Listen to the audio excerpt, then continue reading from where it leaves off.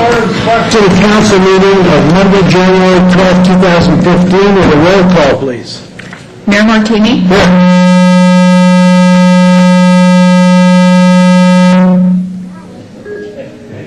Council members Ratty? Absent. Lawson? Here. Smith? Here. Bybee? Here. Schmidt? Here. City Attorney Adams? Here. City Manager? Here. Thank you. Okay, if you'd all stand for the invocation, we have Rajan Zed, who is the president of the University Society of Hinduism.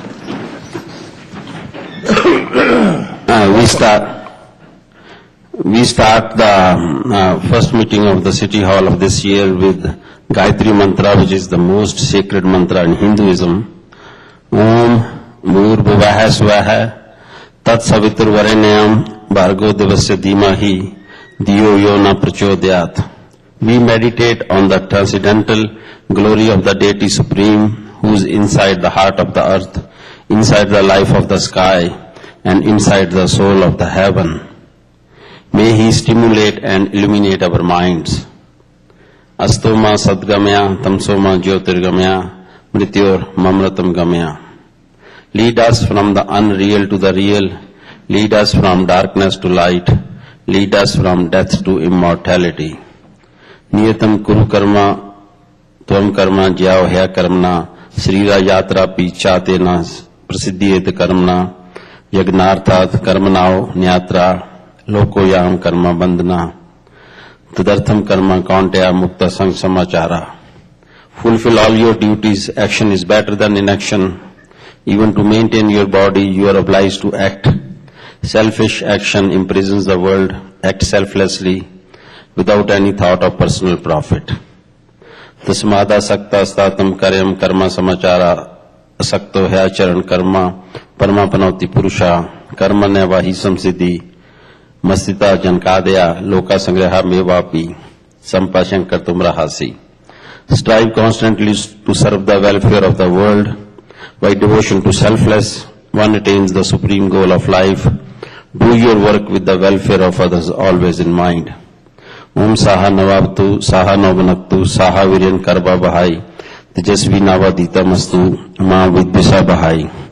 May we be protected together, may we be nourished together, may we work together with great vigor, may our study be enlightening, may no obstacle arise between us.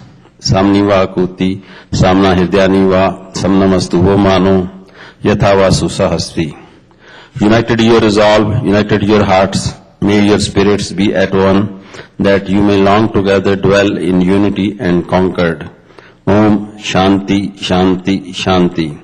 Peace, peace, peace be unto all. Om. Thank you. If you'll remain standing for the Pledge of Allegiance, Mr. Lawson, would you lead us? Yes, please join me in the pledge. I pledge allegiance to the flag of the United States of America and to the republic for which it stands, one nation, under God, indivisible, with liberty and justice for all.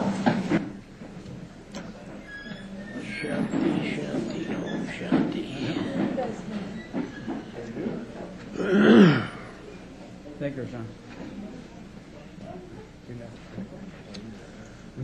Okay, next is public comment. Anyone who want to speak under public comment? If you do, please come out and fill out one of our cards. Okay, seeing none, we'll move on to the approval of the agenda. Anybody want to take anything out of order? If not, looking for a motion? Mr. Lawson. Move to approve. Ms. Bybee. Second. Moved by Councilman Lawson, seconded by Councilwoman Bybee to approve the agenda as outlined by staff. Any further discussion? Seeing none, please vote. Passed unanimously. Approval of the minutes. Consideration and possible approval of minutes of the regular Sparks City Council meeting on December 8, 2014, and the concurrent meeting with the Reno City Council and Washoe County Commission on December 8, 2014. Any corrections, omissions, or deletions? Mr. Lawson. Move to approve. Do you have a second, Mr. Smith? Second. Moved by Councilman Lawson, seconded by Councilman Smith to approve the minutes of December 8th, and the minutes of the concurrent meeting of December 8th. Any further discussion? Seeing none, please vote. Passes unanimously.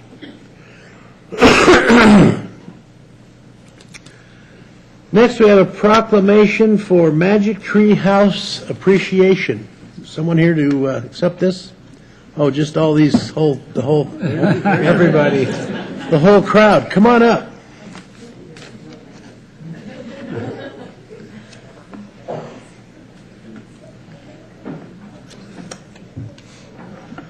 I'll read this, and then I'll present it to you, and then you can say a few words if you don't mind, please.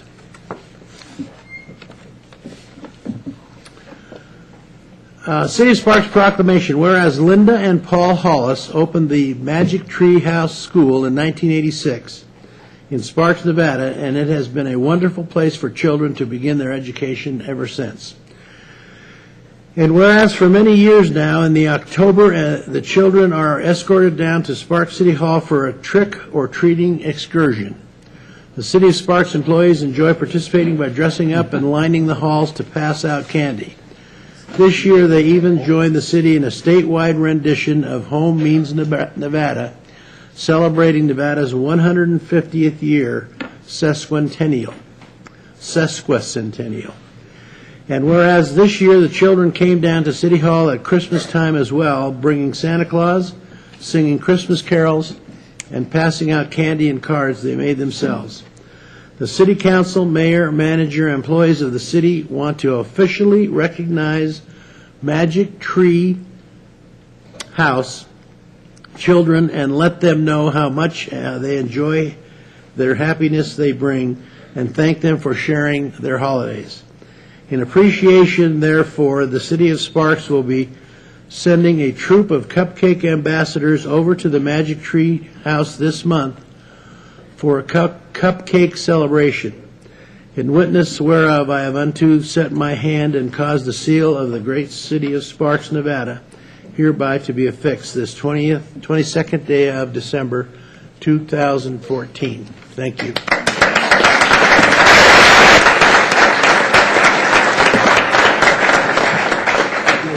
Didn't announce what day the cupcakes were. I might want to show up.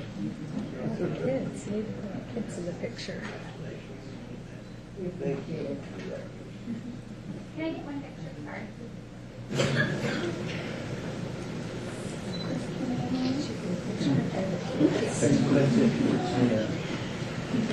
We've been at Magic Tree House now for 29 years, and it's always been a pleasure to visit City Hall on all of our excursions. We set out to be good neighbors in the neighborhood when we first opened, showing the kids community and community support.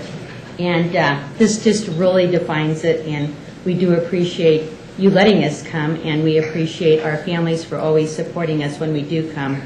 And I think it's just a really good marriage to have the kids in the neighborhood and having you accept us for being here. Thank you very much. Thank you.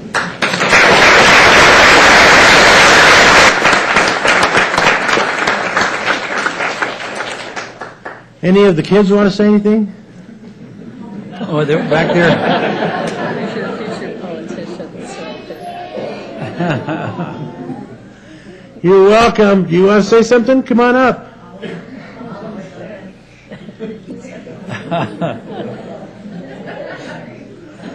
Come on up. I want you to know you're on TV and there's 5 million people watching you. That's a future politician. I know. Here's a microphone right here.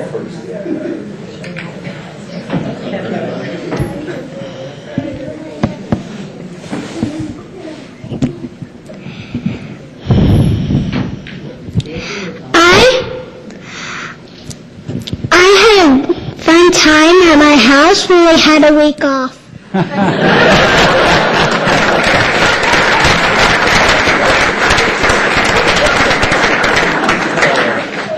Anyone else? Come on down.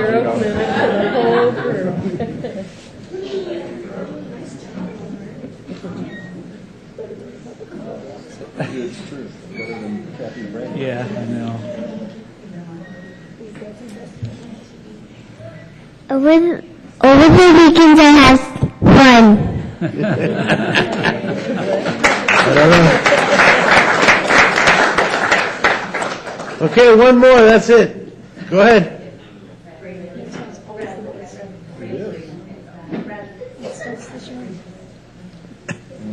Show off as soon as we go.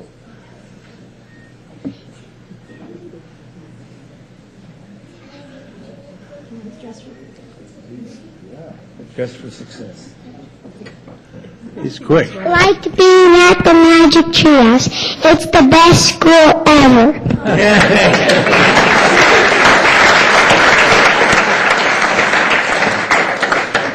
That's great. Well, thank you all for being here, and we look forward to you, well, we're going to come over to your place soon, and then we look forward to you coming back next October for Halloween. So thank you all for being here today. We appreciate it.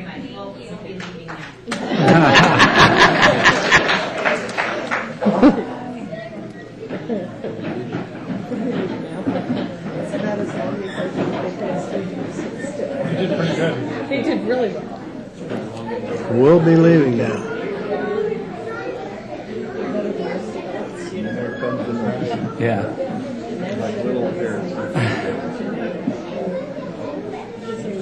What they were like when they were here, when we did the song, as they come around the corner, you could just kind of hear the noise level going up, just jitter down at each other. Pretty fun. Okay, let's move on to 7.2, presentation by the highest achieving academic groups in the 7th and 8th grades for the second semester of Dilworth STEM Academy. Kathy? Good afternoon, Council. Kathy Cluett, City Manager's Office. It's my pleasure to introduce to you today Principal Laura Peterson and Vice Principal Georgette Neck. They are from Dilworth STEM Academy, which is just kind of sort of across the way from us. And we've partnered with them this year to make sure that you and the city is aware of what Dilworth is doing as part of a STEM Academy curriculum. And today you have your winning 7th and 8th grader teams from the second quarter. They do 4 different quarters every year, sort of like college a little bit. And with that, I'm going to leave it with the principal and the vice principal. Come on up, ladies. Just give us your name for the records, please. Laura Peterson, Principal, Dilworth STEM Academy. And Georgette Connect, Assistant Principal, Dilworth STEM Academy. Mayor Martini, council members, thank you so much for inviting us here today. We're very excited to begin and foster and grow a relationship with you all so that you can better understand the education and opportunities that we're providing at Dilworth STEM Academy. We're very proud to bring the scholars here today so they can share with you what their second quarter projects entailed. Mrs. Connect is our STEM Academy administrator, and she can give you a little bit more of the details. We set out to have our middle school students as interested in school and engaged as the 4-year-olds that you just saw come up here and speak to you. And one way we set out to do that is by giving them real-world problems to solve every quarter. And then they tie all of those problems together with a project that they do at the end of the quarter. They're here to speak to you today about the project that they did for second quarter, and please feel free to ask them any questions that you have about our school. They're the best ambassadors, maybe not the cupcake ambassadors, maybe the roller coaster ambassadors. And we are right next door, so as that ambassador of cupcakes go by, you know. Yes. Always love to have you visit. So we're going to start with our 8th grade scholars, correct? Okay, so come on.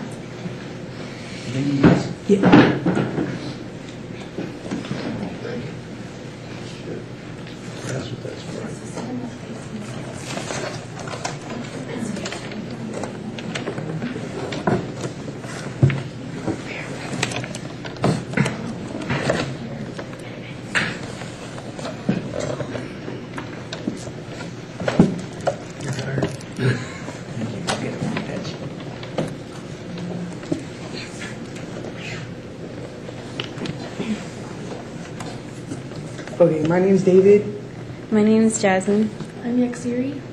and over the past 9 weeks, we've been working on a lot of different things. In all of our core classes, science, we've been learning more vocabulary words, and what they have to do with us. Math, we've been learning more formulas that we might use in the real world. ELA, we're learning how to write better. And in this last one, in our social studies, we've just been learning about the past. But for STEM, for our social studies is R&D, which is research and development. That's where we do most of our research for our STEM projects. So at the end of the 9 weeks, or the final 2 weeks of the quarter, we sum up everything and we do a project. And it's kind of just like what we've learned the past 9 weeks and something that we can like reference back to so we know what we've done. And yeah. So in ELA, we learned, basically we write down what we've learned in each of our 4 classes that took us to making our roller coaster. We have a packet that we did for the 9 weeks that we were doing the roller coaster, and we basically write down the definitions to our vocabulary words we learned, the new ones. And then we also write down what we've been learning in each of the classes and then sum it up into one presentation.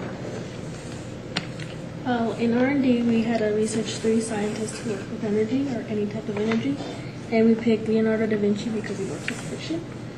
And here you can see our blueprint for our roller coaster and all of the energy where it's going and where it's mostly. And in math, we learned a new formula called slope, and it's y equals mx plus b. The slope is basically the hill that makes the roller coaster go through the entire whole thing.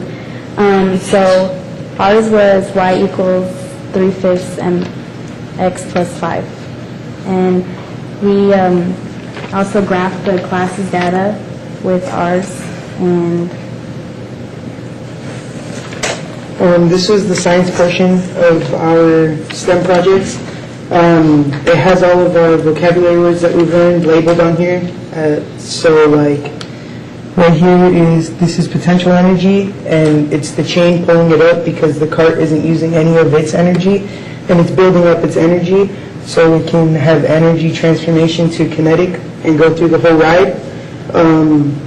There's friction on here, which is it's slowing it down as it goes because it's rubbing against the track and the wheels that it has. Deacceleration when it's going back up on the hills and stuff because it's slowing down. And gravity just pulling it down, making it go faster, slower. And yeah. Our roller coaster was called Titanium. That's what we decided to name it. It has a lot of thrills. It has a huge hill going up, a loop, and then it goes upside down, and this is supposed to be our water, so it scares them more as they're going down, and then it comes back up and just repeats.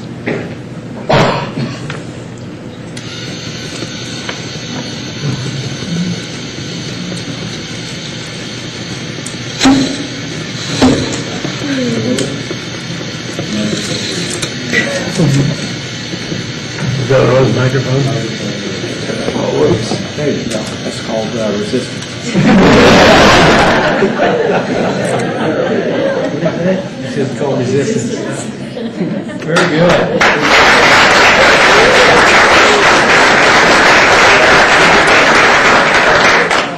Are there any questions? Questions? Thank you. Good job. Thank you. Really good.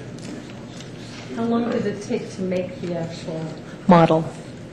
It took us like 5 days, I think it was, to build everything and fix all the problems that it had. The hardest part of building it was the chain because it kept getting stuck and caught, and we had to like put it around these so that way it would twist through. It's really difficult. Very nice. Good job, you guys. Good job. Thank you. Great. Thank you.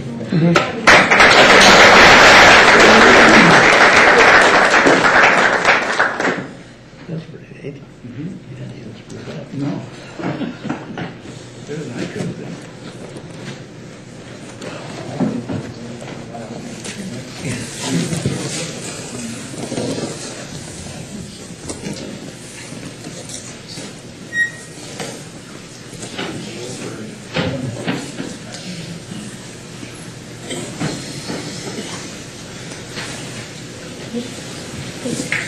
Hi, my name is Diego Toro. My name is Raul Guerrero. My name is Edgar Mena. And we're going to tell you about what we did for the past quarter. We were learning about genetics and heredity. And Gerardo is going to tell you about DNA. Well, the project that it was is what makes me me, is what we have to write what separates us from what makes us unique in the whole world and what makes us us. And here we had to do a DNA summary, which is a summary is just a little bit shorter than a paragraph, but it has more facts in it. And DNA stands for deoxyribonucleic acid, and it has 4 base codes, and which is A, T, C, and G, which is thymine, adenine, guanine, and cytosine. And those 4 base codes are the only the blueprints that makes a whole organism, that makes us. And in all, the matches that there is A, T, which adenine and thymine are matched, which they're compared, and cytosine and guanine are compared. But if there's thymine and guanine, that's going to be known as a mutation, which in humans, that's very common. Every single one of us has a mutation in us. And in each single organism, there's a total of 42 chromosomes. And also in ELA, again, we had to do a learning style, which is how we learn, in which I found out that I have all 3 learning styles, which is visual, auditory, and kinesthetic, which is visual, which is I learn by seeing, auditory, which is I learn by hearing, and kinesthetic, which I learn by feeling, by using my hands. And I found out because I like to doodle, I get easily distracted, and I have a good handwriting.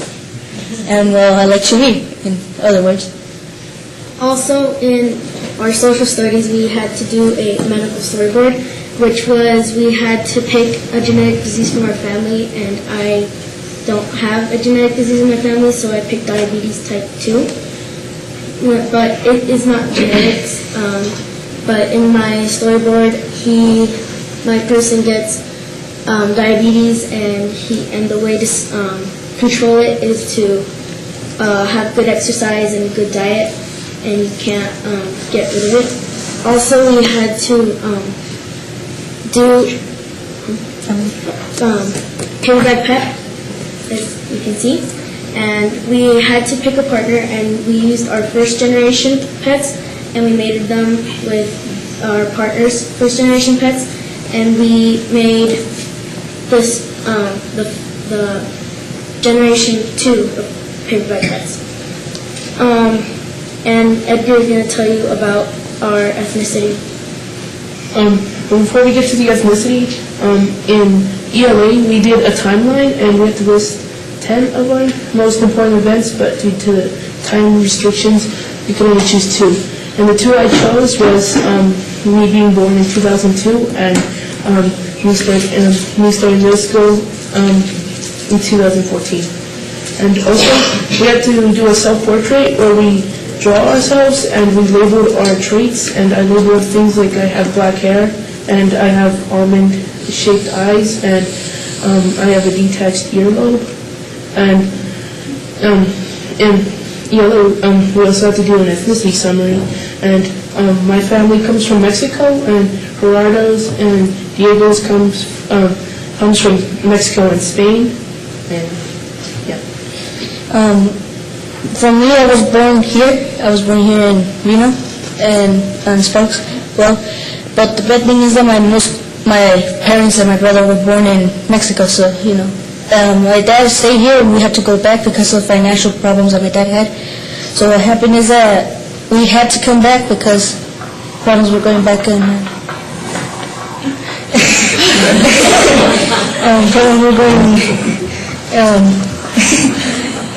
Sorry. It was easy for me to come because I just had to. I had my papers already. Well, my family, they did. So my brother and my mom had to try to pass through the border, which meant that we had to have a month or so to be separated. And they told me stories about what they had to do, like the trouble that they had, how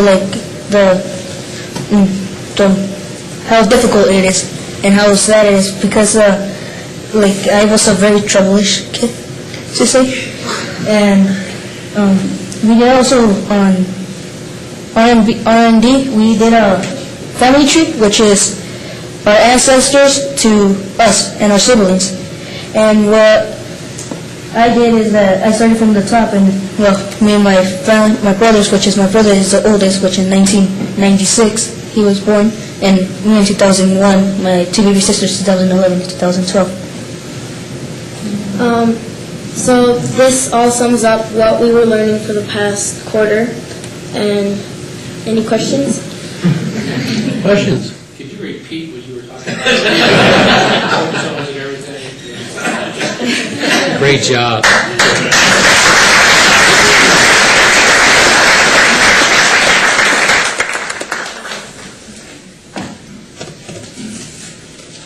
Any questions? Any other questions? Keep up the good work. Very exciting to see the real kids and all the stuff like that. Good. So there's a project of this scale every quarter, is that? Yes.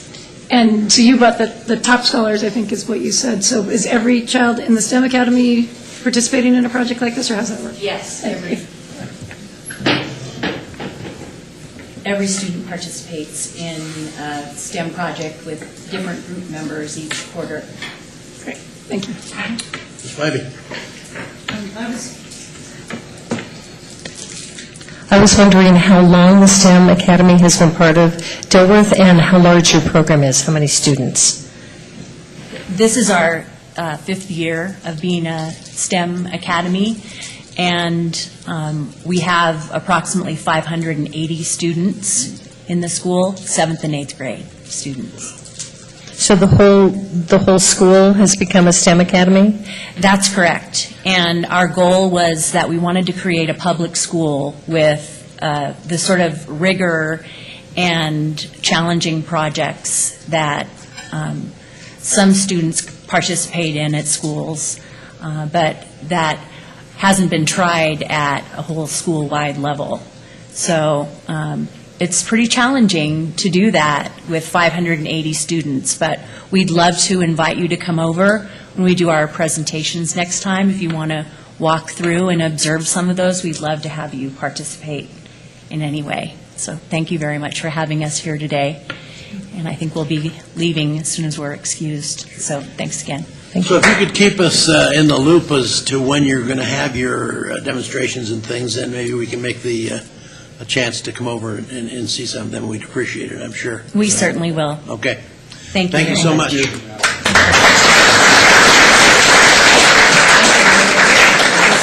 I didn't either was the whole school, no.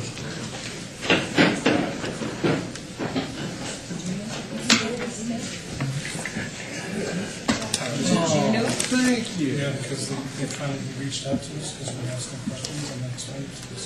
We didn't know beforehand.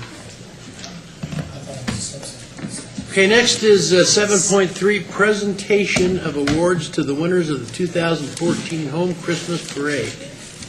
That one's. Would you like to join me down here and we'll Sure. present some awards and take some pictures?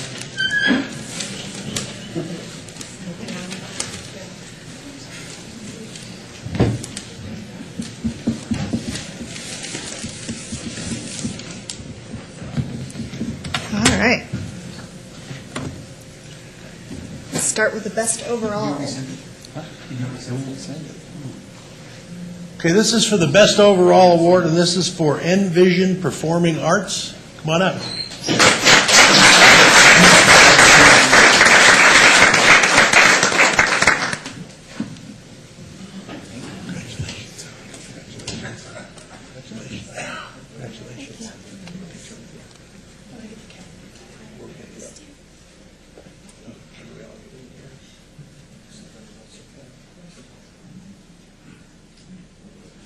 Got it? Thank you for doing this. Appreciate it. Thank you, sir. Thank you. This is best float. Best Float, Sparks Heritage Museum.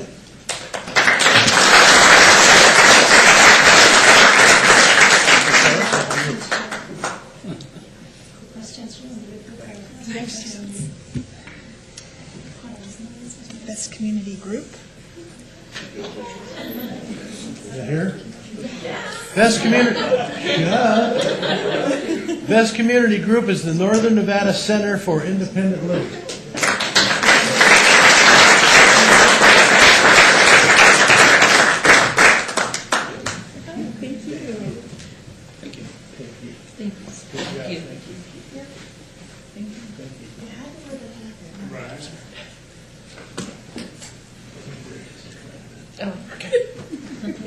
Get the mayor in here. It's just a picture of us.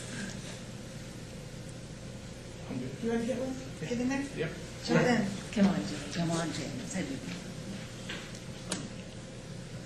Great. Thank you.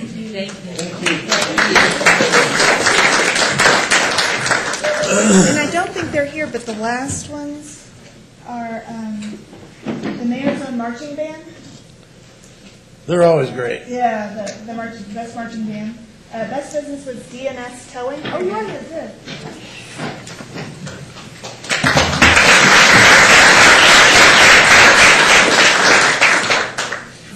Best business. That's Congratulations. exactly right. Thank you. Thank you.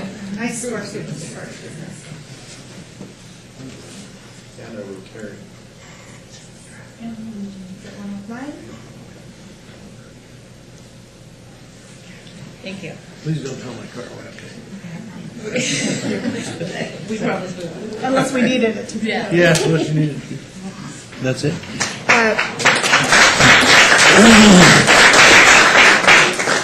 Best animal was Callie and Cashin Hill.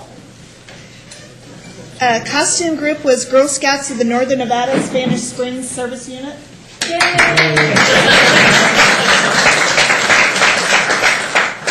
And the best vehicle was Thompson Garage Doors.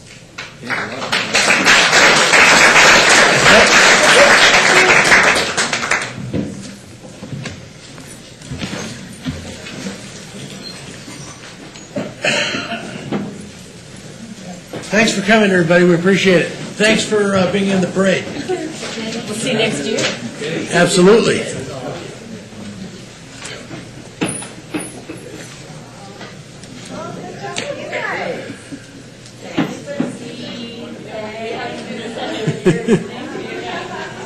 Okay, next is consent items 8.1 through 8.6. Anybody want to pull a consent item? Mr. Schmidt. 5, please, Mayor. Anyone else? Okay, looking for a motion? Mr. Smith? Move to approve consent items 8.1 through 8.4 and 8.6. Mr. Schmidt? Okay, there's been a motion by Mr. Smith, seconded by Mr. Schmidt to approve 8.1 through 8.4 and 8.6. Any further discussion? Seeing none, please vote.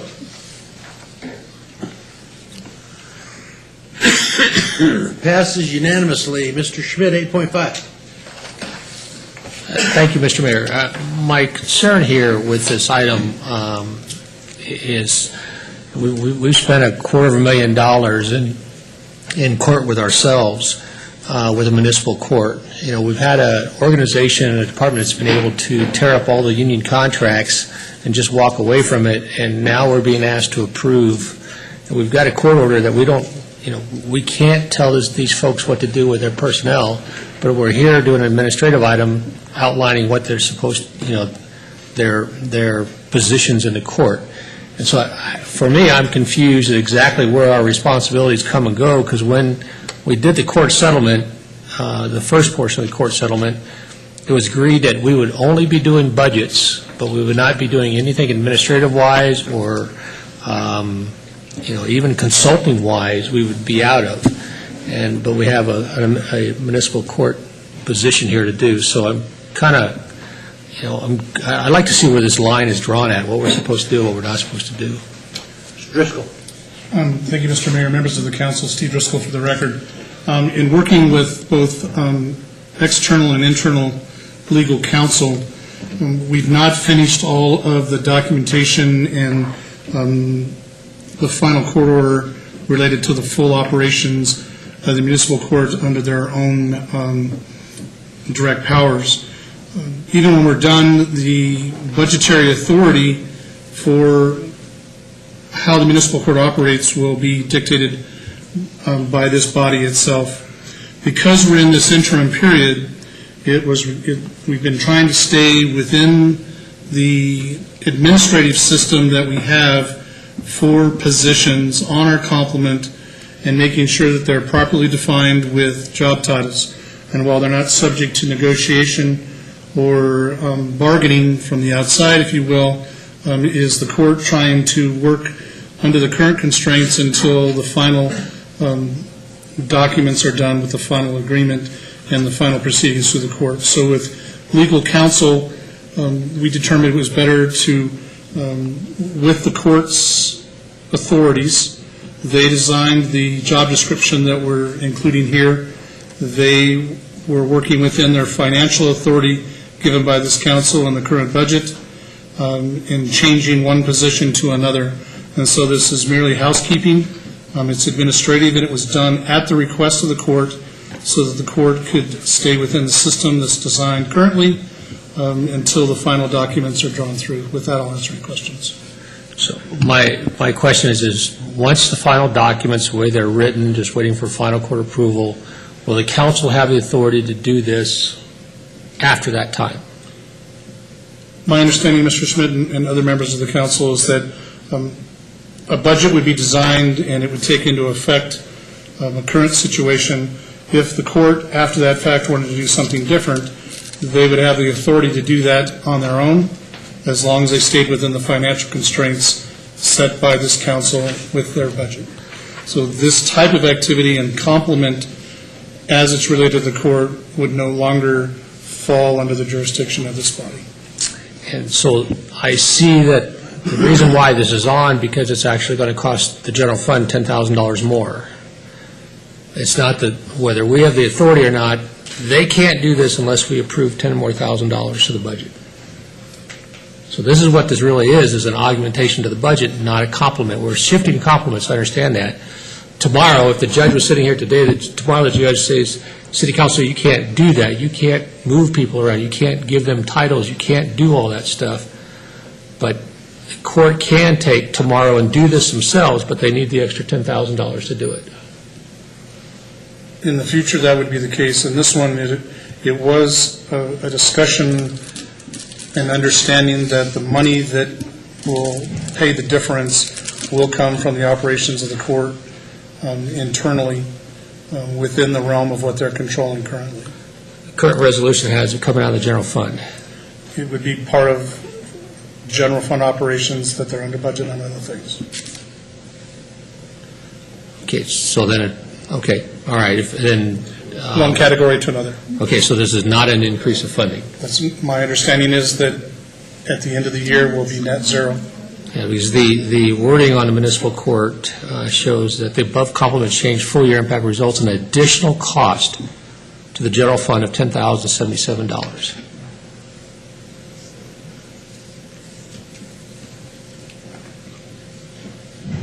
I have no problem approving, even though I don't think we have that responsibility to do that anymore after the last court case to make those changes.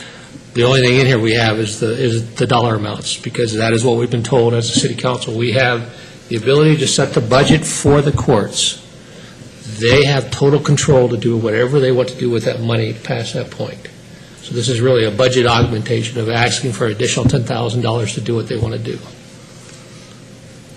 That's how it reflects in the paperwork, yes. Thank you. Any other questions, Mr. Smith? Can we just take out the municipal court on this, or does it have to be included in the motion? Mr. Smith, again, Steve Driscoll for the record. We are in the final stages of the last agreement between the court and the city. When that is actually has gone back through the judge approves and both sides sign off on it. At that point, the complement would no longer be applicable to the court for what we're doing. The court asked if it could, since we're still working under our current agreement, that to try to have everything trued up and basically just administrivia from that standpoint, with the exception of the additional dollars. Thank you. This is not a totally done deal until it's approved by the legislature, correct? There are two pieces to it, Mr. Mayor. There's the court piece, which is the final negotiations, which we've been discussing, but there's also the Supreme Court findings found that the city needed to make some charter changes. That has been submitted as a bill draft request. Senator Smith will be bringing that forward early in the session, I believe.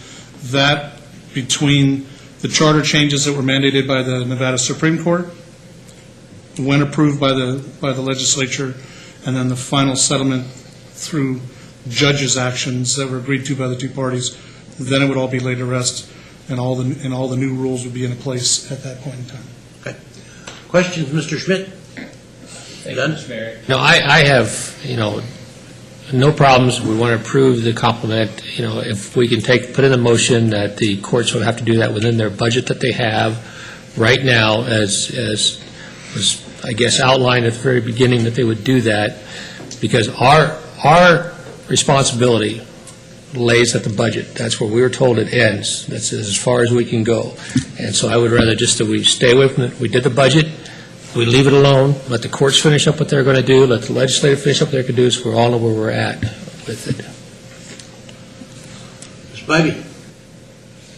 So, Steve, the question I have is, when everything is finalized, and in the future, if the court controls the fund, and we give them a budget, will they come back to us, like right now, and can they come back and ask for additional funds, or is the way this is being set up so that they operate within the budget we give them, and they have the control of what they're doing, but it's within budgetary constraints? Because I mean, is that something we need to worry about in the future? Because I'm not comfortable with exceeding a budget that's already been set.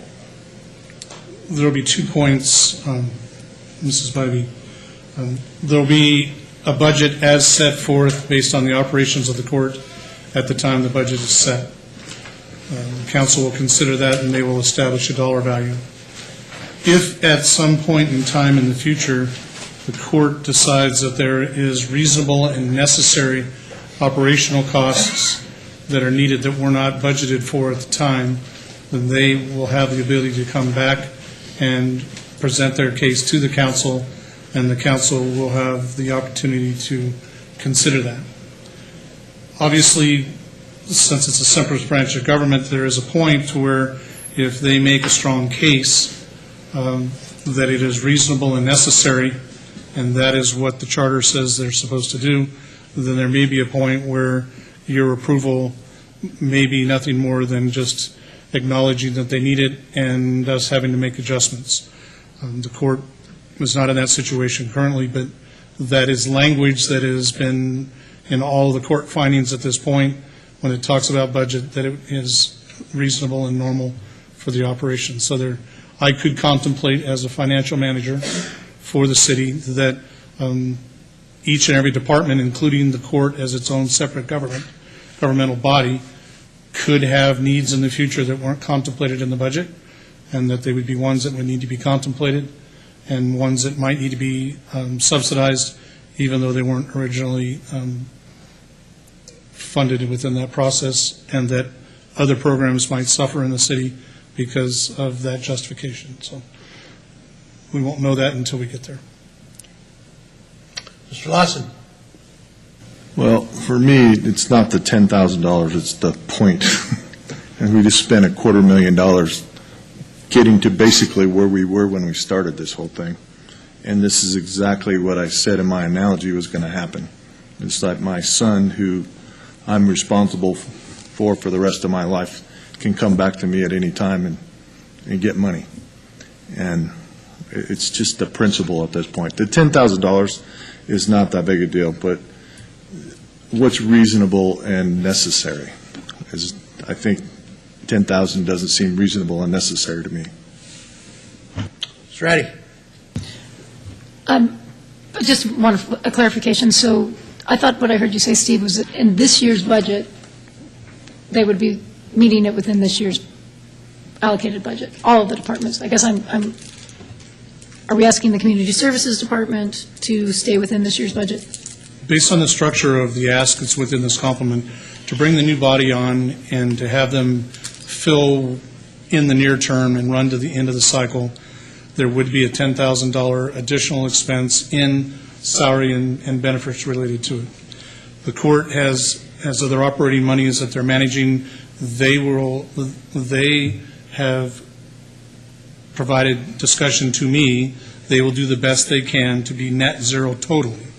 But this action by itself does contemplate the fact that there would be $10,000 more related to this specific position and go forward. So there will be most likely somewhere between $0 and $10,000 of additional expense to the municipal court's budget by June 30th.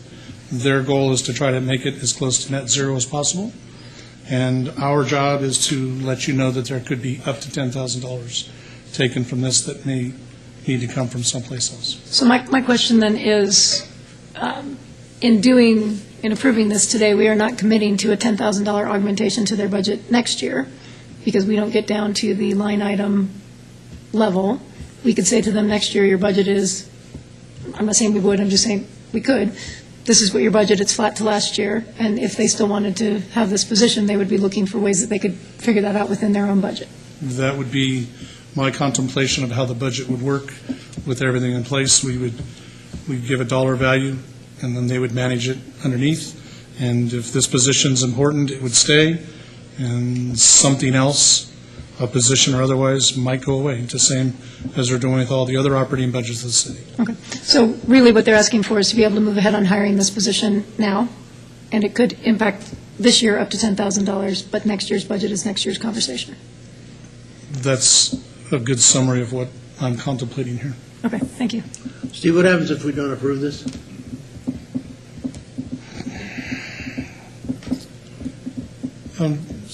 Right now, it would stay as is, and I'm assuming that I would have a conversation from their attorney very quickly to discuss how we get to defining that it's normal and reasonable for them to do this operation. Okay. Mr. Schmidt? Thank you, Mr. Mayor. And that's first half of my question is, what happens if we don't approve it? And second is, what is the fundamental question throughout this entire thing that as policymakers and some are totally responsible for the city's budget is, what happens if they exceed their budget anyway?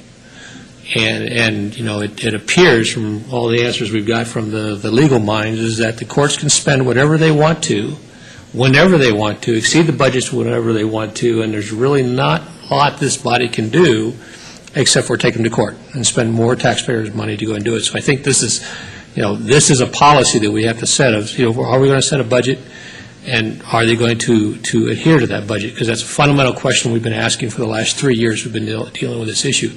And I guess my drill down portion of this is that, does the city council or any staff member, based upon the new agreement that we have any control over individual salaries and wages and things within a category? Or is that all up to the court's office to say this person's going to make this much money and this person's going to make this much money? Do we have, as a council, the ability to set those salaries and for each of these positions? Mr. Mayor, to Mr. Schmidt, the only two salaries at the court that this council would control would be the municipal judges themselves. They are paid under a pay ordinance that is approved by you. The rest of the operational costs and the people that would provide those services would be under the control of the administrative judge and her staff. They would be required to work under the budget that you provide them, and that if they contemplate that they're going to go over, they would have to come back to you and explain why and ask for an approval to spend more money. And if you didn't do it, then I guess we would find out whether that authority stands under NRS or whether they can go back to court and request something if they can define it as reasonable for their operations. Part of my problem is that every single employee of the city of Sparks took a 7% or their equivalent pay deduction in 2007, 2008, 2009 to help balance the books of the city of Sparks, except for one department. One department didn't refuse to take any pay cuts to help us balance the books during that time period. And now we're coming back and saying, we don't get the opportunity to even look at their salaries, what they're paying. We're coming back and asking for more money, 6 months after a budget. And to me, a department comes forward and says, I need more money to operate. I'm really interested in listening to figure out how we can go and what we need to do there. Somebody comes up and says that they want to have $10,000 more because they want to reclassify people, we can't even see what the money's being spent for, then I've got an issue for it. So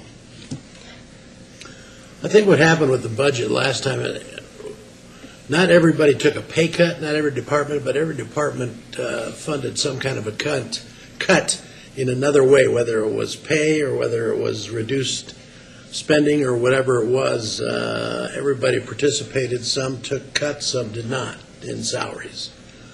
But I do agree with. But this was the stipulation going into this settlement, I believe, is exactly what it is. They would set their salaries, set whatever they needed. They would come to us. We would give them what we thought they needed. That's what they would get. They could spend it how they wanted. And if for some reason they needed to augment it, they would have to come to us, and we can always vote no.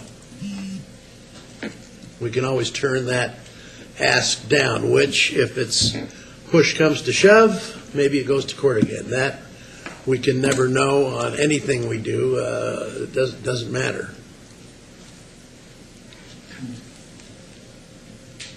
Ms. Biden. Steve, my understanding looking at what they're asking for, the additional position, is partially funding a new case manager.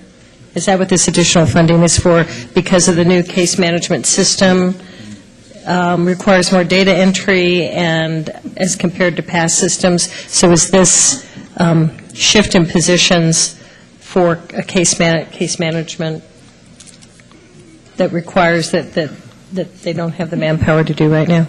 Councilman, it's my understanding that we're taking a position that was currently in the budget, and we're making that one go away. We're bringing in another one, a new one that has higher level skills, that is designed to work and do some case management as it works through. Part of what they're trying to do is to work within the adjudication system to try to have people do what they've been asked to do by the judge. And so they use their case management system to track people, to make sure that they're making their payments, that they're doing their community service, that they're doing the things that the judge has dictated that they do to bring their case to closure. This is a dedicated resource that, while others on staff might have the ability to do that, their focus is many-fold on many tasks. This one is going to be specific to that, to try to have better operations, better collections, and to do the things that are necessary for people to satisfy the orders of the judges and to fulfill the adjudication system and the process that's been set forward. And so it is taking a vacant position that was previously being filled with some temporary usage and bringing that person on board with a little higher skill set with a very dedicated workflow that they'd be responsible for.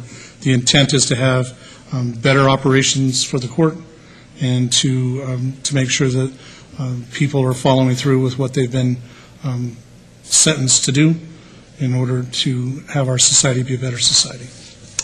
To me, it's pretty clear. Either we do it or we don't. Maybe this is a good test case to find out what's going to happen if we turn it down. It could be bring this to a head real quick. It might go to court sooner than we thought. So, one way or another, we've got to act on it negatively or positively. So, did you have something, Chet? I did, and I would defer to Human Resources for this. It looks to me from the agenda item that somebody's getting a promotion. An interpreter 1-2 to a data entry specialist. And the reason that they need that data entry specialist is because the court has worked with the State of Nevada Administrative Office of the Court to do a for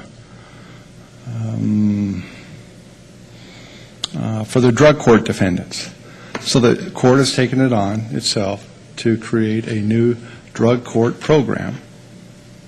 And because the court has done that, they now need somebody in there to take care of the volumes of new data that the administrative office of the court wants from our court in order to comply with this drug court program. Now, is that correct? I have nothing for conversation with the court, Mr. All right, so getting back to Councilman Schmidt's query, in that if we are supposed to give the court a finite budget and they are able to promote, demote, hire, fire, whoever they want, then that's the autonomy that they have asked for. Here we are simply being asked, as I understand the agenda item, to kick in more money out of the general fund to allow the court to promote someone within its own organization, and by promoting them, ask them to do more work and now compensate them more for it. And I guess that comes down to Mr. Driscoll's point in that, is this necessary and proper for court administration? Is a drug court necessary and proper for our court? I don't know if our charter contemplates drug courts, contemplates all these specialty courts in there. I think it just contemplates a municipal court. And if the municipal court wants to embark on additional programs based upon the budgetary constraints that the city council has given to it, then that's fine. But I agree with the mayor, either do it or don't do it. I don't, and I can't tell you this is a necessary and proper expenditure by the courts. You're going to need somebody else to tell you that. But the court has been pretty adamant up until now to keep our hands out of their administration. And don't mess with them. They want to hire and fire as they see fit. And accordingly, they should probably be able to promote as they see fit, but within their own budget. Exactly. That's what it all comes down to. They should be able to promote, but within the money that we have already given them. Mr. Schmidt. Mr. Mayor, I was willing to make a motion to approve item 8.5 as outlined by staff, excluding the municipal court action, leaving open that and I don't know if you do that without prejudice, that they can come and plead their case to us, because I don't see anyone from the court here to plead their case on why they want this, and that's part of the program, that they come in front of us and tell us what they need. So I'm willing to make that motion now. Do you have a second? Go ahead. I'll second. Can we have a motion by Mr. Schmidt, seconded by Mr. Smith? Everybody understand it, and do we have discussion? Yes. Mr. Lawson. For me, it's, you're given a budget, you want the autonomy to do your own thing, you got to live with your decisions. And it's not the $10,000 that bothers me, it's the fact they're coming back for more money. Because if it's $10,000 now, it may be a whole lot more in the future. And I'm willing to test it in the courts. We're $250,000 in, let's spend some more of the city's money. It's frightening to me how this is playing out. Mr. Smith. The question I have is, it says full impact community services. Well, that's community services. But this $10,000, is this just through the end of this fiscal year? So next year, we're talking about a full-time employee. Okay. Mr. Ratty. So for clarity, I don't think it's an entire full-time employee, because they're replacing a 1-2 with a... But they may replace the... So it's the difference will be the promotion, not a full-time employee. Well, and they may replace the employee. Not the way the complement reads, but... But this is just for the promotion. If you look at the list of positions, there's a total list of positions. The number of positions does not increase. It's just the municipal court clerk interpreter 1-2 changes to a court compliance officer, which is why I don't think it's a new position, it's a different position. Yeah. It's a more skilled position. So I understand the angst and frankly share the angst because there are a whole lot of unanswered questions. The only, and I'm willing to support the motion because I do think that any department, if they were going to come to us mid-year and say we need more money, I would expect to hear from that department what the reasoning was behind that money. So I would love to invite the courts to come and make their case on that, because that's how we would treat any department.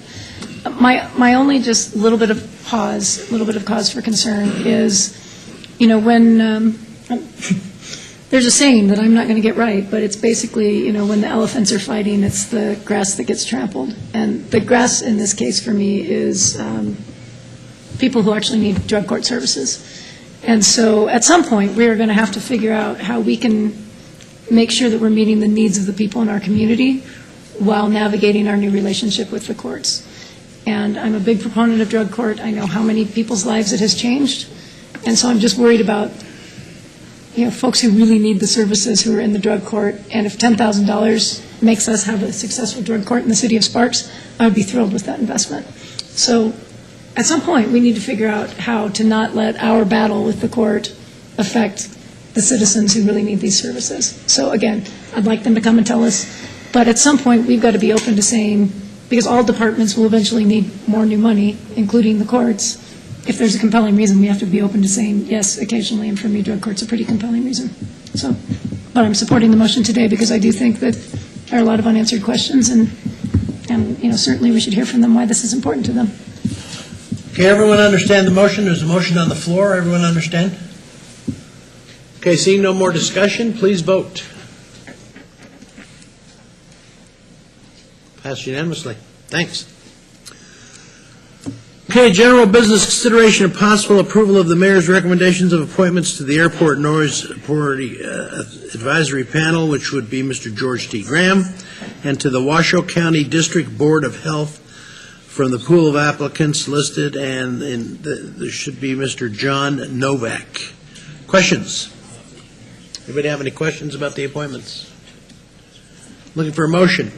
Mr. Smith. I move to confirm the appointments of George Graham to the Airport Noise Authority Panel, Advisory Panel, and John Novak, DMD, to the Washoe County District Board of Health. You have a second, Mr. Lawson? Second.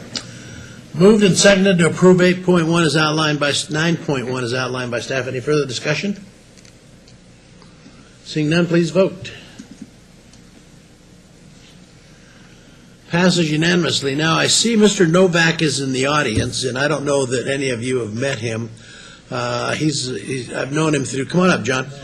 I've met Mr. Novak through Rotary, and he's been a very good, just have a seat right there, John, a very good Rotary find, I want to say, and he came to us from Houston, or? Yeah, Sugar Land. He was a dentist and retired and wanted to get involved in the city, got to do something with the city, and he was very involved in Sugar Land. Right. So he came to me and asked if there was something to do, and by God, we found something for him. So quickly, say a few words. Go ahead and say a few words. Well, thank you very much for the appointment. I'm looking forward to it. I love to be involved in my community. I've got a pretty good background in some of this. I've taught for the University of Texas for 40 years. I've had a private practice for 22, and I've been involved with my city down there, run nonprofit and everything else. And Rotary was a great fit, and I've met some wonderful people, and looking forward to moving forward here and helping some very controversial problems sometimes. So, great. Thank you. Thanks, John. Any questions for John? No Texas accent. My dad ran a JCPenney store, so we moved every 2 years my whole life. So I haven't been any place long enough to have an accent. So spent time in Houston and Humboldt, Texas, which people don't know how to spell Humboldt. No, that's the other side of the world from us. So. Thank you. John, thanks for volunteering. We appreciate it. Okay, 9.2, consideration possible approval of mayor's recommendation of the appointment to the Parks and Rec, which would be Andrea Tavener. Any discussion on Andrea?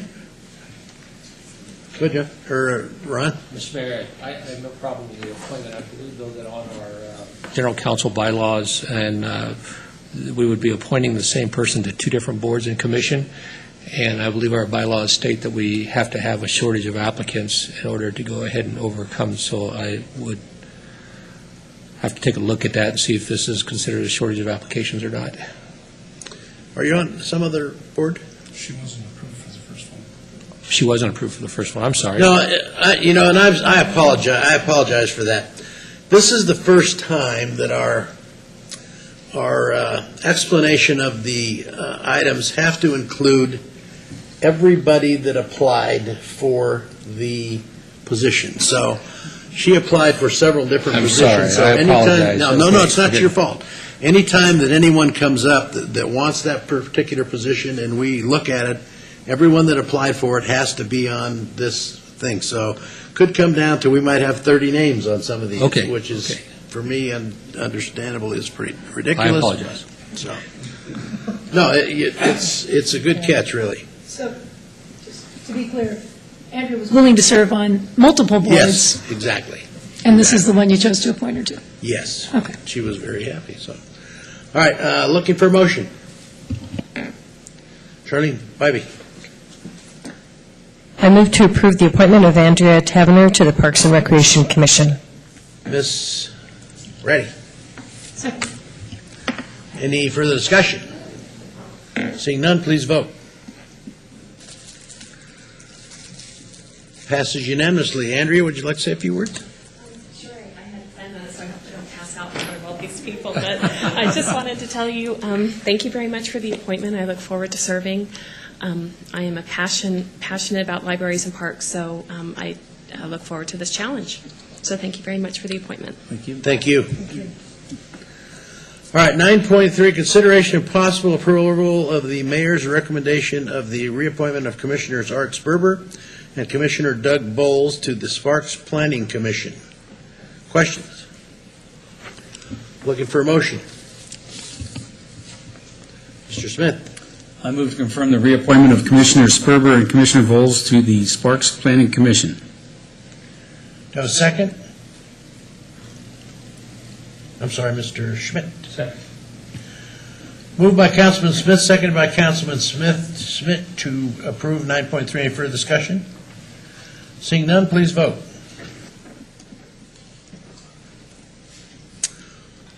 Passed unanimously. 9.4, consideration of possible approval of appointing a member to the Tourism and Marketing Committee from the following pool of applicants listed in alphabetical order. Number 1, Randy Kennedy. Number 2, Randy Kennedy. Questions? Mr. Kennedy here? Hi, Mr. Kennedy. I'm sorry, I didn't recognize you. Questions? Mr. Lawson? I'm ready to make a motion. Please. Move to approve Mr. Kennedy to the Tourism and Marketing Committee. Mr. Schmidt? Thank you for, I'll second a discussion. Moved by Councilman Lawson, seconded by Councilman Schmidt. Questions? Mr. Schmidt? I'd like to welcome Mr. Kennedy. The appointment from the Nugget and from the Nevada Resort Association, and it's they get to make the appointment and we get to do the approval process.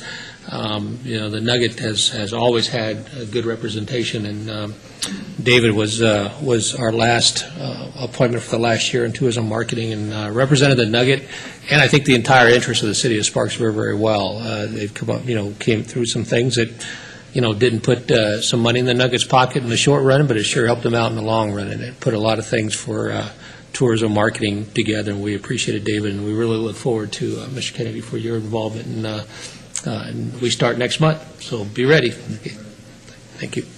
Anyone else? Seeing no further discussion, please vote. Passed unanimously. Do you have anything you wanted to say, Randy?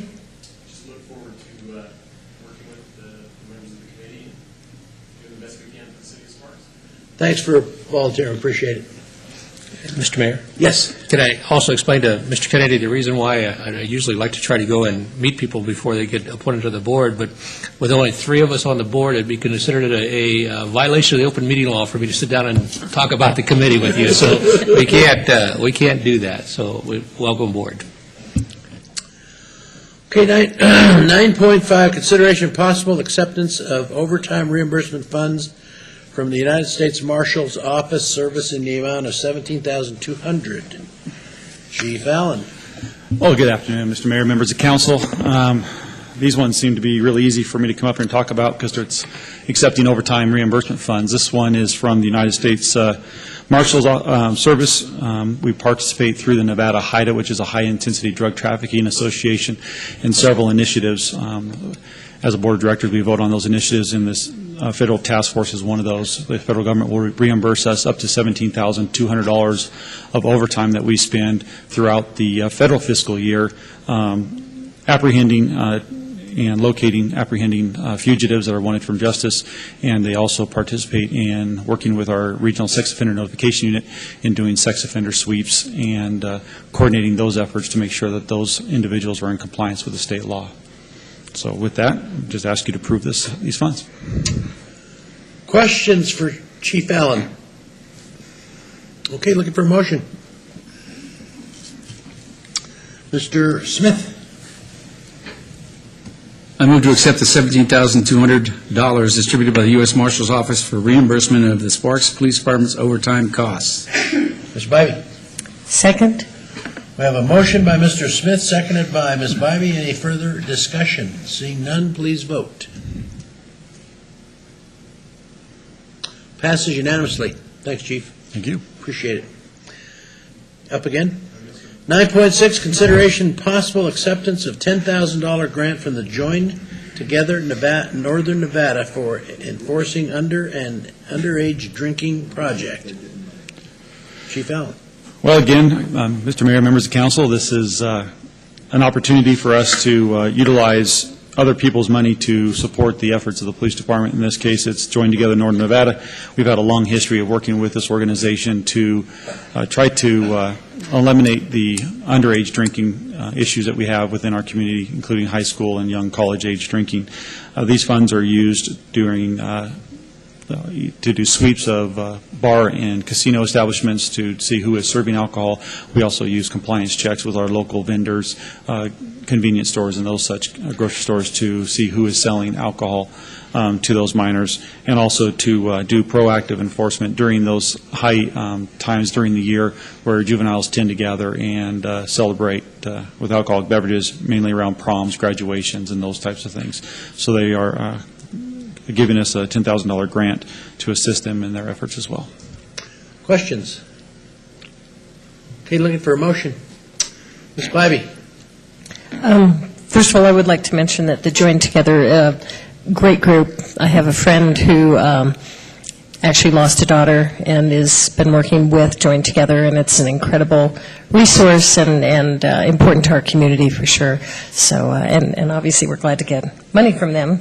And I'd like to move to accept the $10,000 grant from the Join Together for Northern Nevada for enforcing the underage drinking project. Ms. Ratty. Second. Moved by Councilwoman Bybee, seconded by Councilwoman Ratty. Any further discussion? Seeing none, please vote. Passes unanimously. Thanks, Chief. Appreciate it. 9.7 is consideration, discussion, and possible approval. Yeah, we already did that one. Let me get down here. 9.8, consideration and possible approval of reimbursement to the City of Reno in the amount of $1,675,659.92 for the construction of the Truckee Meadows Water. You skipped one. Oh, I did skip one. Well, let's do 9.8 and then we'll do that one. Truckee Meadows Water Reclamation Facility 2014 Headworks Improvement Project. Sorry. Sorry, Truckee. Go ahead. All right. Thank you, Mr. Mayor, members of the council. Michael Drinkwater, Treatment Plant Manager. You have before you a request to approve the reimbursement to the City of Reno for the Headworks Improvement Project. This is a capital improvement project. It's in the approved 5-year CIP.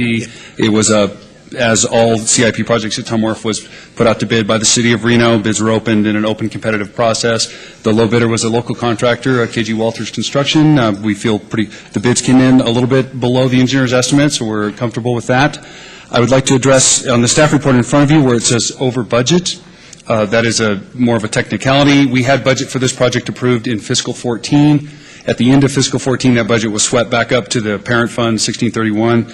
We would have to then re-augment that monies, but those monies were still there. so we would have to reapply them to the budget, the CIP budget for the plant, but they were not spent in fiscal 14. So that's a slight oversight on my part. I apologize for not getting that done in advance, but nonetheless, I'm here before you requesting the reimbursement.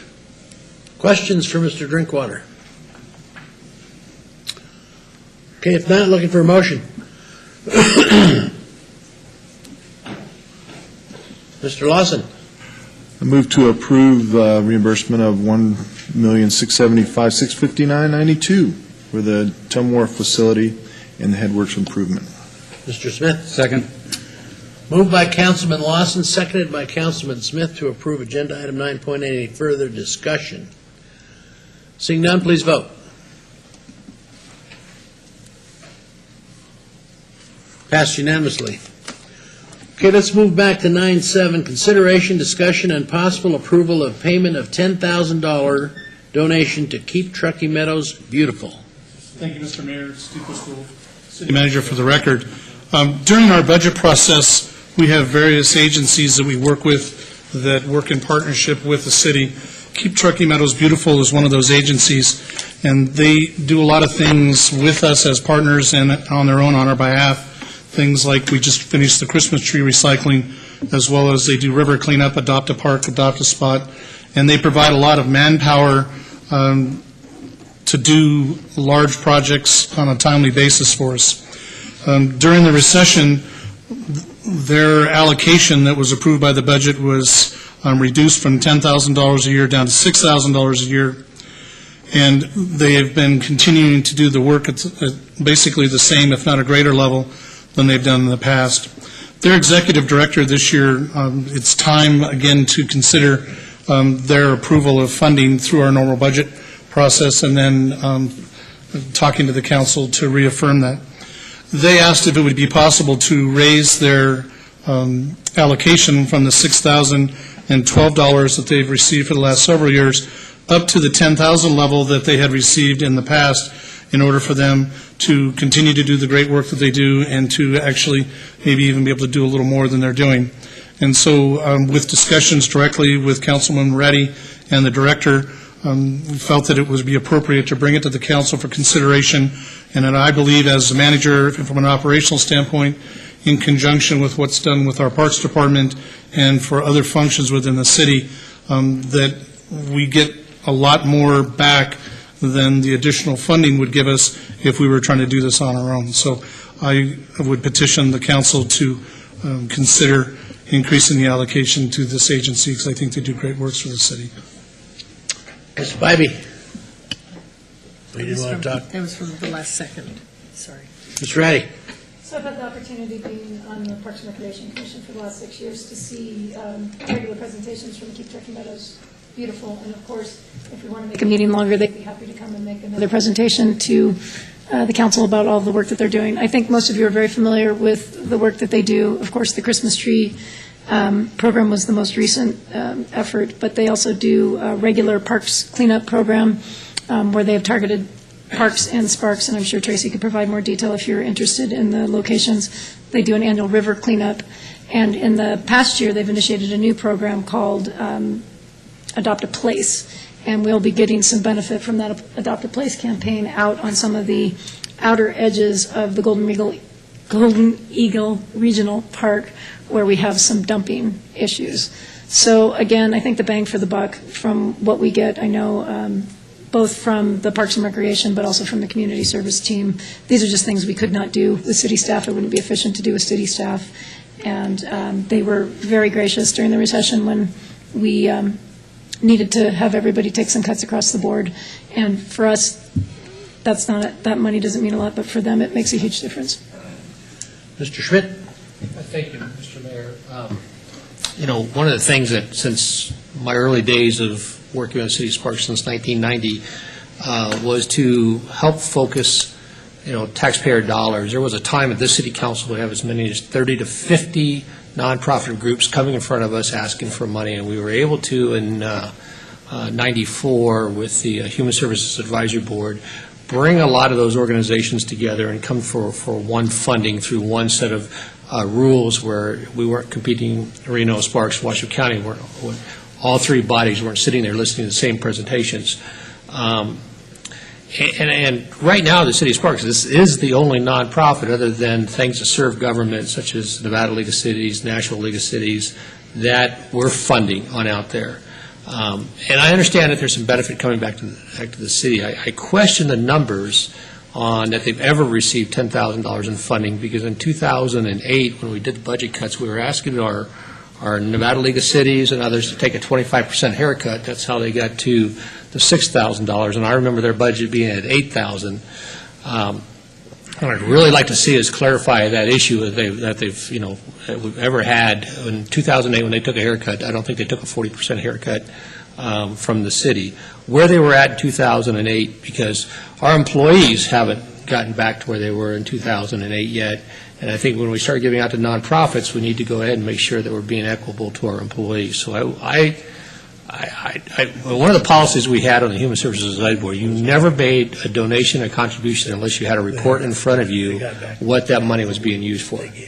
You should have some kind of document, and just not a one paragraph, this is what we want. There should be the expenses, what's going on with the money within their own organization, because this is $10,000 of taxpayer money you're giving to a private company, and you should have a responsibility to know how that money is being spent. So I think there's two things. First off, what was their 2008 budget? How much of a haircut did we ask them for to do? Move them back to where they were at in 2008. And second, you should have a financial report in front of you of that organization, how they're spending their money. Ms. Reddy. You're absolutely right on both counts. I believe that Mr. Driscoll misspoke. I believe that their budget was $8,000, and it was getting caught up from the recession and moving forward a little bit. So I think you're accurate on that. I don't think it says $10,000 in the report. Also, I think we had a bit of a miscommunication somewhere along the lines, because when I had asked for this agenda item to come forward, I had asked for it to come forward with a presentation by Keep Turkey Meadows Beautiful so that they could update you on their activities and provide an annual report.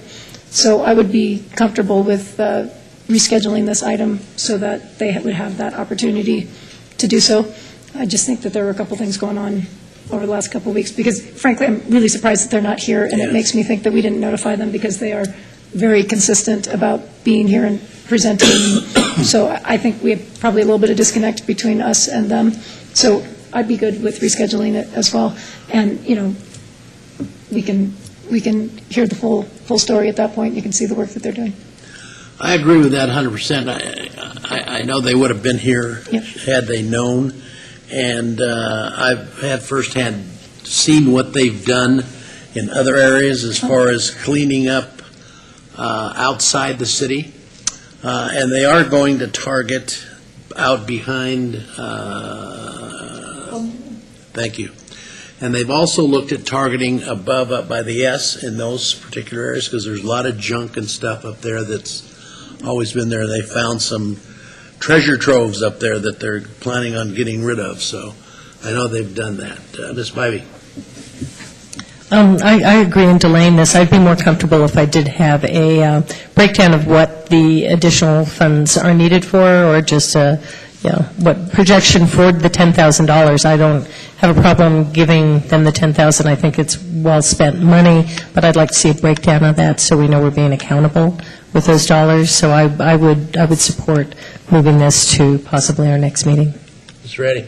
I just want to make one other comment to Councilman Schmidt's point. I mean, I very much remember the days of the Human Services Advisory Board and the Human Services process, because, of course, I was on the other side of the table asking for money as part of the Gang Alternatives Partnership.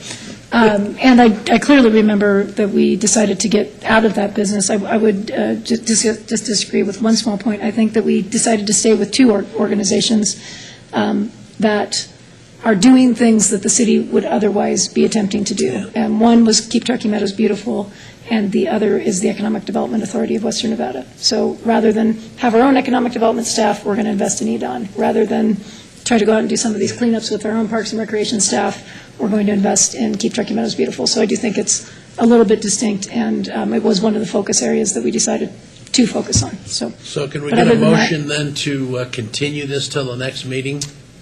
I'll be more than happy to make that up. the motion to go ahead and continue this to the next meeting, and then have discussion. No, second? Second, actually, may I ask you to amend your motion to the first meeting in February? I'll do whatever you want me to do. If it could be the first meeting in February, that would be great. First meeting in February. Well, That's a second? Second. Okay, questions, Mr. Schmidt?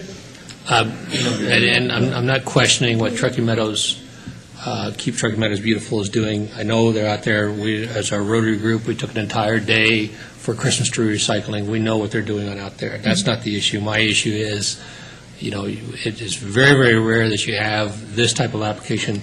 Give me 10,000 and no backup document of what you're going to do. And I think that's our responsibility. We're supposed to do is be stewards of that money. And I apologize, I forgot about EDON, but I thought it's two different things to me, with EDON versus this group. So, thank you. I'm sure the executive director of KTMB can justify 10,000 plus 10 plus 10 more. When she gets started with what she's doing and what they want to do and what they would like to do, we could justify a lot of money. Okay, there's a motion on the floor. Everyone understand the motion? Any further discussion? Seeing none, please vote.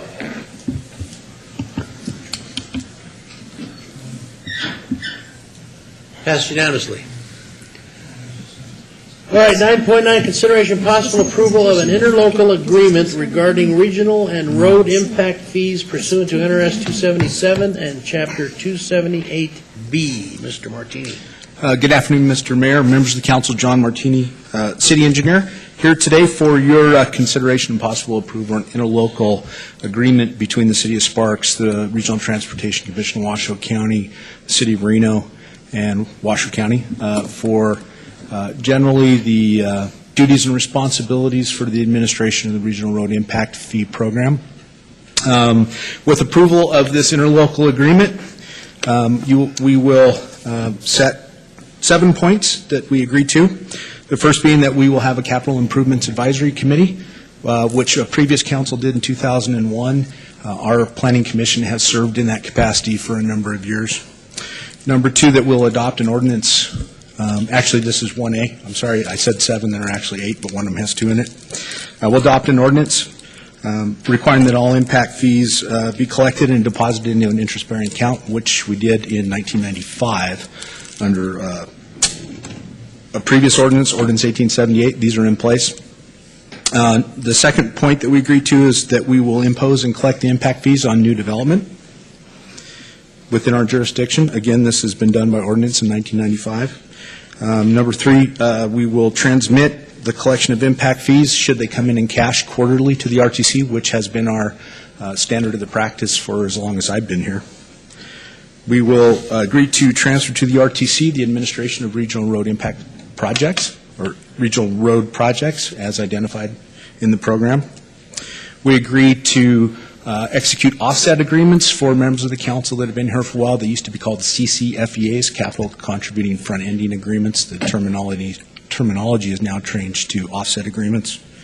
We agree to accept dedication of regional roads once they're completed to our approval. And finally, we agree to maintain those regional roads after they're given to us. That is the agreement in a nutshell. There are some terms the RTC also agrees to back to us. One is that they'll do the opposite of what we're agreeing to. They will administer the program. They will receive the fees from us. They also hold us harmless in case there are any legal issues that come up with regard to a regional impact fee project or system. That's pretty much my request to you today, and if you have any questions, I'm happy to answer them. The Julie Masterpool, and I think I saw her attorney here too. Yep, are here. If the questions get really hard, we can bring them up. Questions? Mr. Schmidt? John, I don't have any problem with the agreement because I know you guys have done a lot to go ahead and get to the point. I'm just going to continue on my line that I think we need to have a different tier system for regional road impact fees. I think downtown folks should be having a different story. I know everyone's saying that their costs are higher down there, but we're not building the roads. We're not doing all the stuff that 20 miles outside of town, to do that. But we're charging everybody the same cost, and just going to continue harping on that. Understood. Anyone else? Okay, looking for a motion. Mr. Smith? First of all, I'd like to thank Julie and our attorney over there that, I know all the hard work they put into this over the last couple of years, so good job. I move to approve the interlocal agreement AC-5108 regarding regional road impact fees pursuant to NRS Chapter 277 and Chapter 278B. Mr. Schmidt? Second. Moved by Councilman Smith, second by Councilman Schmidt to approve 9.9 for discussion. Seeing none, please vote. Passes unanimously. Thank you. Thanks, John. 9.10, consideration of possible approval of the purchase of a sewer cleaning truck from Atlantic Machinery, Inc. and municipal maintenance equipment for the sum of $334,871. Mr. Mayor, members of the council, good afternoon. Ron Corman, Acting Public Works Division Manager, for the record. This afternoon, I'm asking approval to spend $334,871 to replace a sewer cleaning truck. The truck being replaced was severely damaged in an accident that occurred on August 19, 2014. The vehicle was taken down to municipal maintenance equipment in Sacramento to be inspected by factory technicians and the insurance representative for the city to determine the cost of the repairs. The insurance adjuster decided that the vehicle was a total loss. We will be reimbursed by the insurance carrier the cost to replace the vehicle minus the deductible of $10,000 and a salvage or trade-in value of $25,000, which is reflected in the price. This concludes my presentation, and I'd be happy to answer any questions. Questions for Ron? Ms. Spivey? So the insurance is going to cover everything but the $10,000 deductible? Yes, ma'am. So we're approving this full amount, will be reimbursed, and then is already factored in the value for salvage? Is that taken out already? That has been Okay, taken so out. our bottom line cost is the $10,000 deductible? That's correct. Okay, thank you. Ms. Ratty? I'll make a motion, hallelujah, for insurance. I move to approve the purchase of one 2014 International VACCon truck from Atlantic Machinery, Inc. and municipal maintenance equipment for the sum of $334,871. Do you have a second, Mr. Schmidt? I'll second it with an emphasis on safety program initiation. We have instituted some. Thank you. Okay, it's been moved by Ms. Ratty, seconded by Mr. Schmidt to approve 9.10 as outlined by staff. Any further discussion? Seeing none, please vote. Passed unanimously. Okay, 9.11 is a first reading. Bill number 2688, an ordinance amending Chapter 2 of the Sparks Municipal Code by adding and adopting a civil citation and administrative code enforcement process, providing other matters properly related thereto. This is a first reading for Bill number 2688. The public hearing and second reading of this bill will be conducted at the regular City Council meeting on Monday, January 26th, 2015. Agenda item 912 is a first reading. Bill number 2689, an ordinance by the City of Sparks amending Chapter 12 of the Sparks Municipal Code to reflect changes to the Regional Road Impact Fee General Administrative Manual, Capital Improvements Plan, and impact fees as approved by the Regional Transportation Commission on September 19, 2014, and providing for other matters properly related thereto. This is the first reading of Bill number 2689. The public hearing and second reading of this bill will be held at the regular City Council meeting on Monday, January 26th, 2015. Okay, next, do we have a closed-door session, Mr. Driscoll? Mr. Mayor, if we could have a short session to discuss a labor contract, that would be helpful. Do we need to come back? We do not. Okay. So then, let's see, let's do comments from the public. Comments from the City Council and City Manager. Mr. Driscoll. Mr. Mayor, I have an announcement, actually two. The following committee appointments are available. The first is for the Western Nevada Development District. This is for one member for a 2-year term. The applicant should be a private citizen involved in the business industry, professional industries, or education. The second is for the Airport Noise Advisory Committee. There are 2 member positions available, each having a 2-year term. Persons interested in serving on this committee should complete a community service application available from the city clerk's office. You may also apply online at the city's website, www.cityofsparks.us. You would click on City Services on the webpage, then you would click on Volunteering, Get Involved, and then you would click on Fill Out a City of Sparks volunteer application. Applications will be accepted until the close of business on January 27th, 2015. And that's all. Okay, Chet, question, do we have to adjourn to a closed-door session, or can we just adjourn and have a closed-door session? You can just adjourn and have a closed-door session. Okay. Because Seeing it's no not further Seeing no further business, we are adjourned.